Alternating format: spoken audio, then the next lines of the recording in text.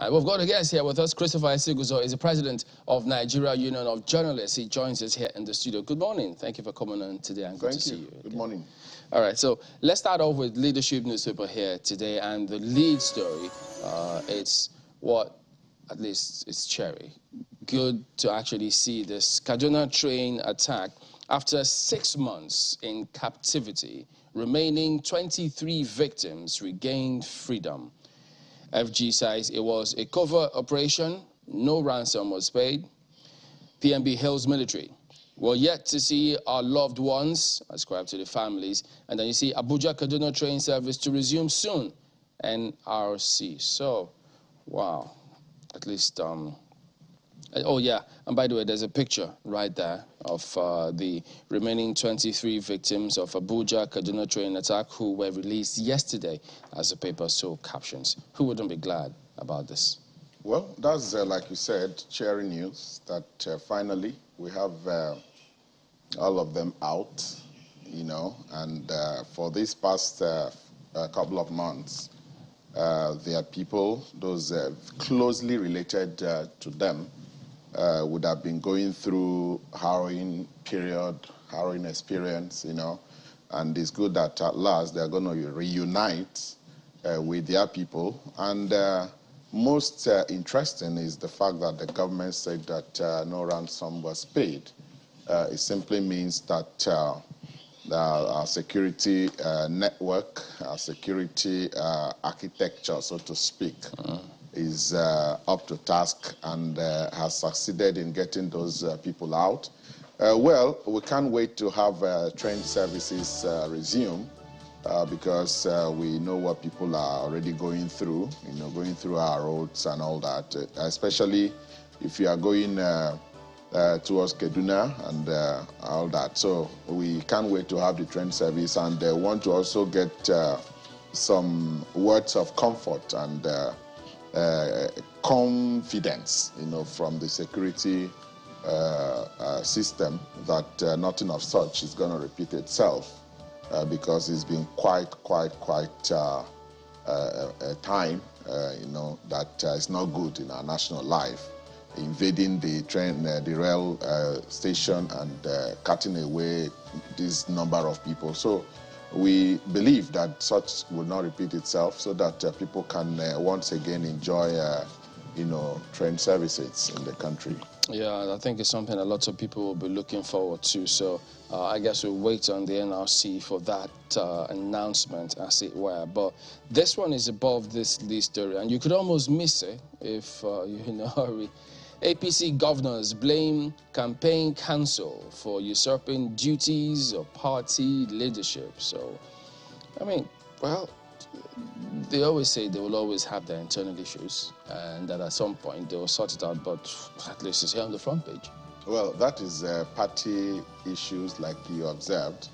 They would always have their internal squabbles, you know, and all that. And the one thing about these politicians is that they also have a way around it. You know, before you know it, they'll come together and tell you that party is supreme. You know, at the beginning, it will seem like the entire place is going to cave in.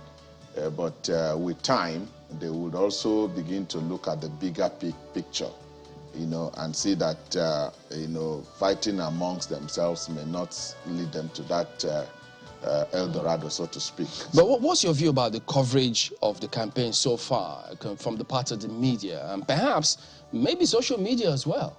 You know that for the social media, I've always said that it has changed our entire system. It has changed our lives, you know. Before you know it, something is happening, social media is blowing it out of proportion, you know, and all that. In terms of coverage of the campaigns so far, even though the campaigns have not really, you know, gathered momentum, you know, it's just picking up gradually. The media, I think we are very much prepared, and we are doing the needful. For the social media, well, they are there too. But how are we balancing our role in terms of setting the agenda or just chasing the news and steering the nation in the right path? Well, I think I've always harped on that, the issue of the media taking up the entire leadership of setting agenda, you know, because in recent times, it does appear that the political actors seem to be dictating the pace, and it's not too good, because the politicians would always set agenda that panders to their whims, you know. So I would always advise or urge our colleagues that it's not just about chasing the news. You've got to also give them direction, you know, so that they would know that it's not just about what they think. You know, it's the media that should really give direction as to what we look forward to and all that. So I think we've not failed in that completely, but I believe that there are rooms for improvement. Yeah. Okay, so Daily Trust is also focusing on that lead story. Not surprisingly, it's the big story for almost, it should be, or might be, the big story for most of the dailies today. How 23 remaining abducted Kaduna train passengers were released. So they are focusing on the how. So if you want a little more detail, maybe this is some adverts for Daily Trust. You know, you might want to pick up the paper. They also have the riders' families excited. How negotiators sealed deal.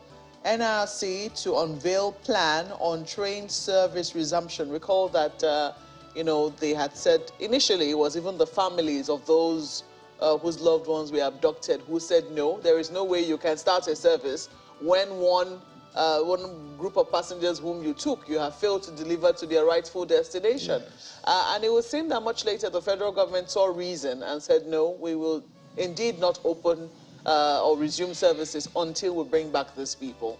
So it does look like now plans are underway. But don't you think that there needs to be double reassurance to the public that indeed when you get on this service, you know, it will not take you 6 months before you finally get to your family? Yeah, you know, I actually said that earlier on, that much as we look forward to resumption of train services, especially along that area, we also needed some form of reassurance, you know, that this thing is not going to repeat itself, because I don't think anybody would like to go through that experience the second time, you know, and for people that have not experienced it, they don't even want to experience it. So they've got to, it's good that the NRC has said that they're going to, of course, cross the T's and dot the I's properly, and now come up with details of how they are going to resume very soon. So we need that as they plan to come up with those details, let them also reassure us, and let also the security agencies, because I think it's at their doorsteps, to also assure and reassure,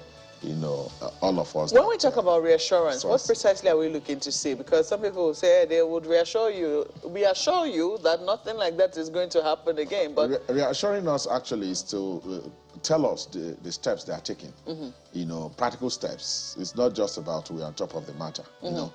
They should also give us details of steps they've taken to ensure that the rail lines are protected. What we are looking at is to ensure that those places are protected. Do you think that because some people will say, okay, the bad people too are also listening.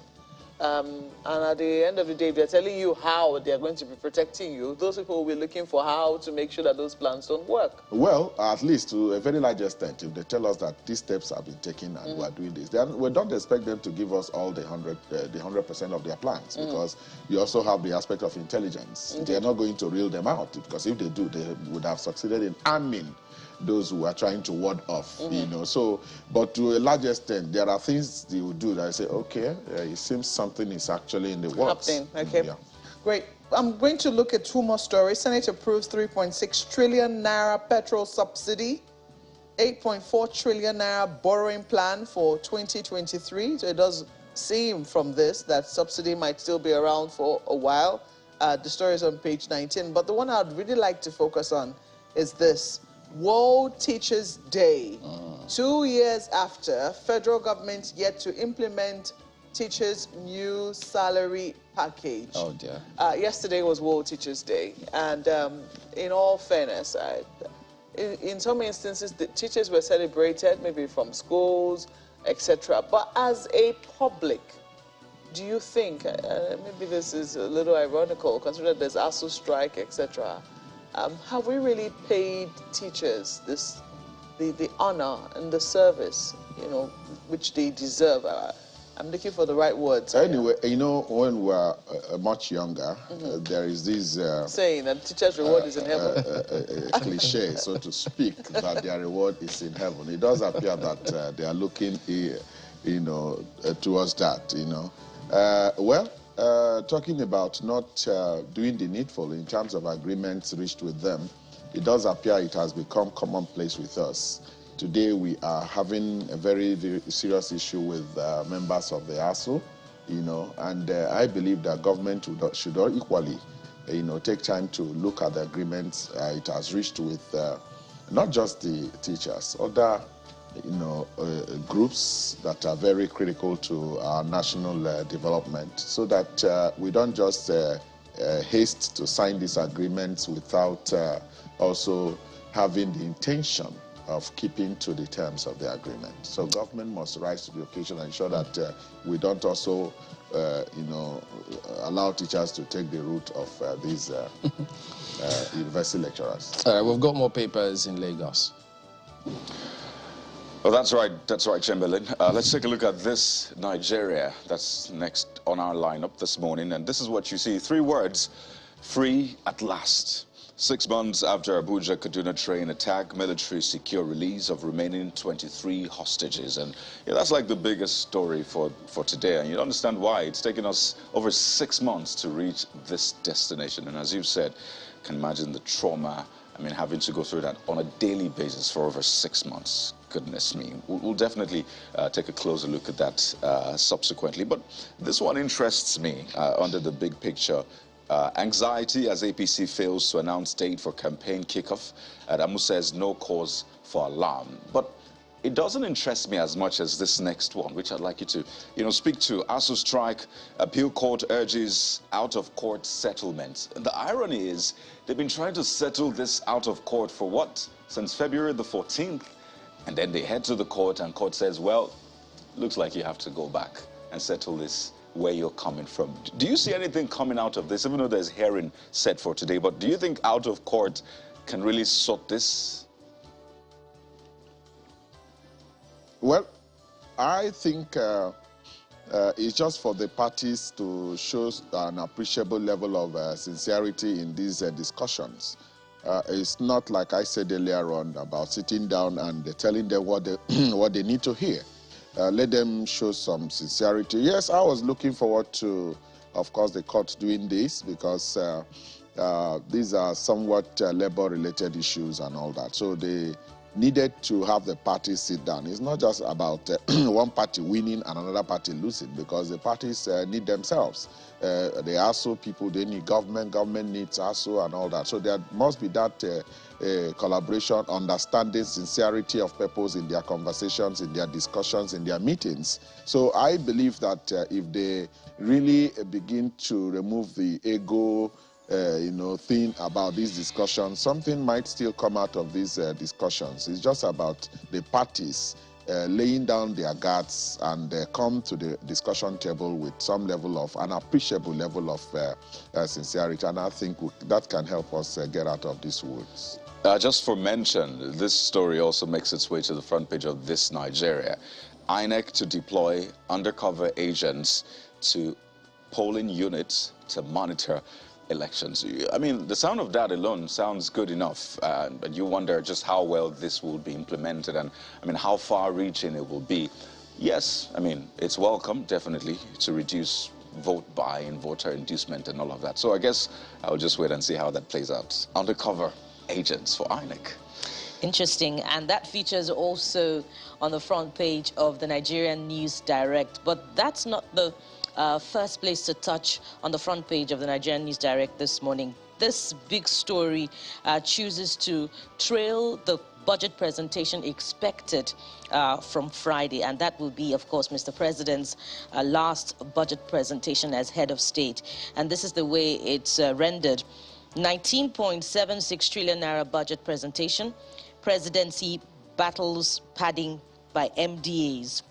Announces 720 billion naira borrowing plan.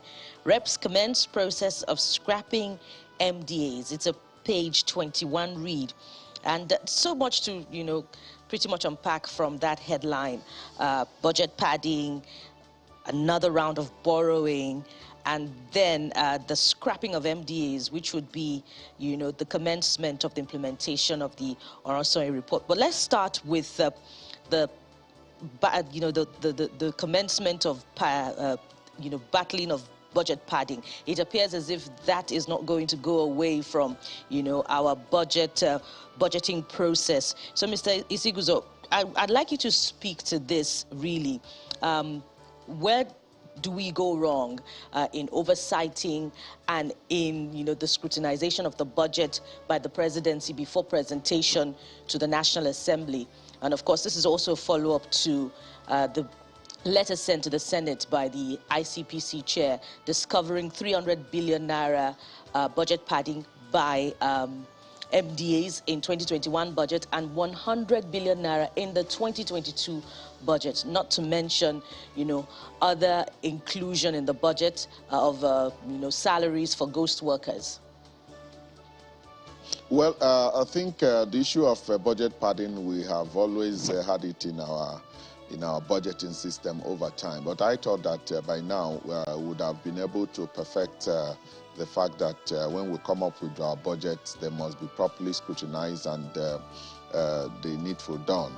Well, the fact still remains that some of these things are done from the point of putting these things together by the ministries, departments, and agencies, you know, of government. So it is important that all the people that are involved in the process of budgeting, because it's not just about the MDAs. If it is about them, it wouldn't go to the National Assembly.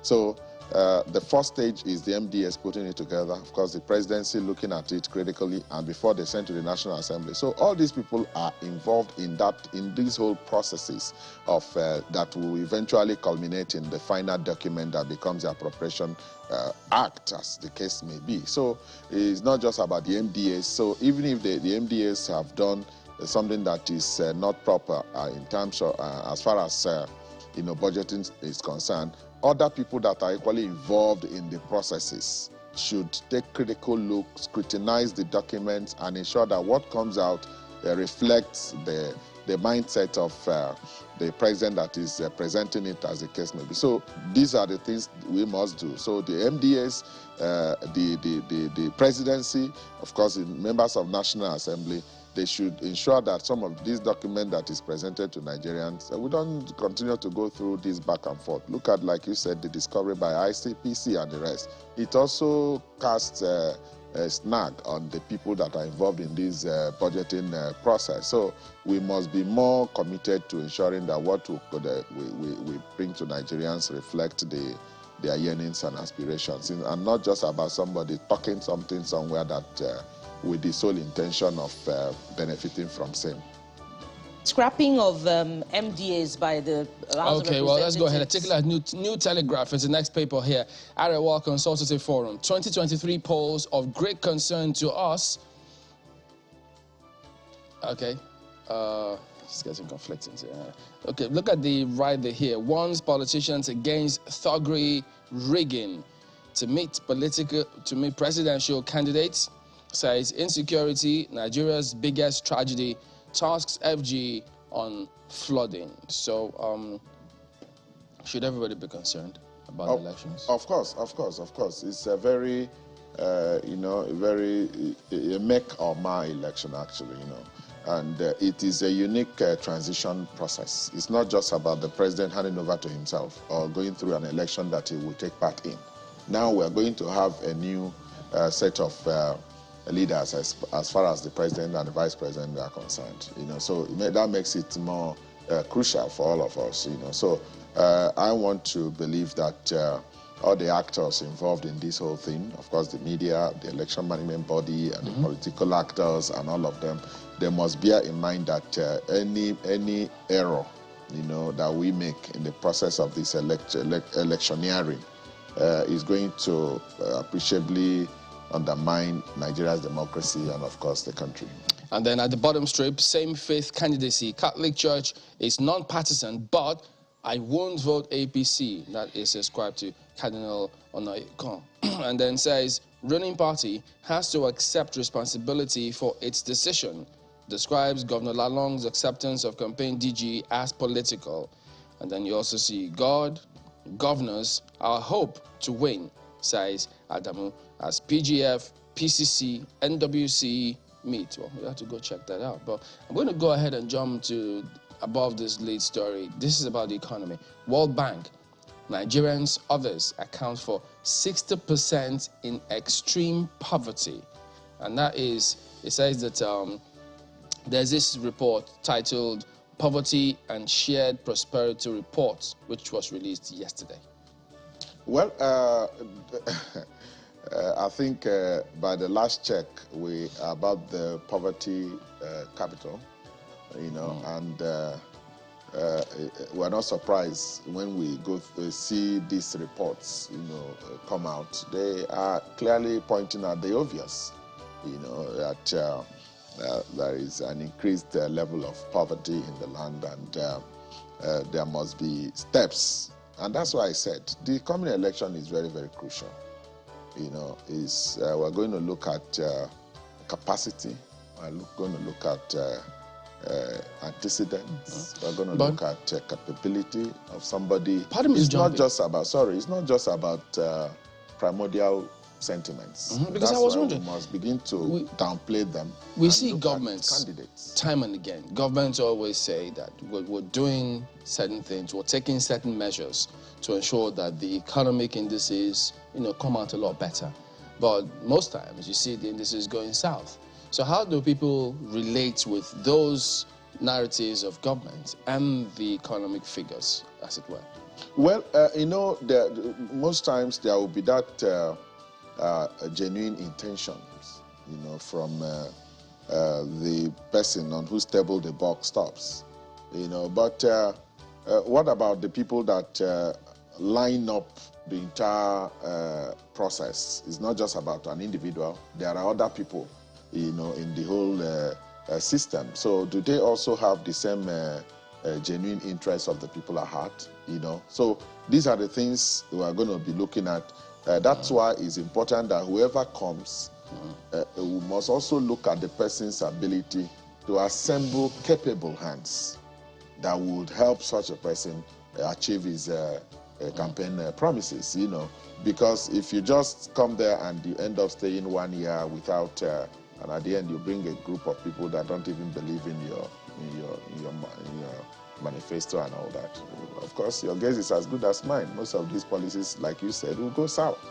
Well, let's see how we can quickly run through The Guardian now. They have this: regulation policy frustrate 14,120 megawatts hydropower. $7.1 billion hydropower in Mirage as stakeholders kick against borrowing. Nation's electricity emission worries experts amid energy transition. Buhari's electricity infrastructure expansion to serve Abuja for 50 years, says federal government. And you also see this: 1,465 megawatts transmission line, 870 megawatts transformers to be commissioned in December, says TCN boss. I do not know how familiar you are with this story. They have a file picture of Kainji Dam, but this is what we're saying: regulation policy frustrate 14,120 megawatts hydropower. Well, like you said, you don't know how versed I am in this area, but in all that terms and terminologies that are being used, what Nigerians are looking forward to is to have steady power supply. Indeed. You know, so once and we don't really need to understand the terms. We don't. Once I just need it to be switched on. Once you have your light on, always, and they can speak their jargons and all that. But so that's what we're looking forward to, actually. All right. It's a fine place to leave this conversation for now. We certainly will be, you know, digging in further to some of the headlines you have seen here, but this is where we have to leave the paper review segment. We have to thank you, President of the Nigeria Union of Journalists, Mr. Isiguzo. Thank you so much for coming on Sunrise today this morning. My pleasure. We'll take a break at this point. We'll be back shortly. Please stay with us.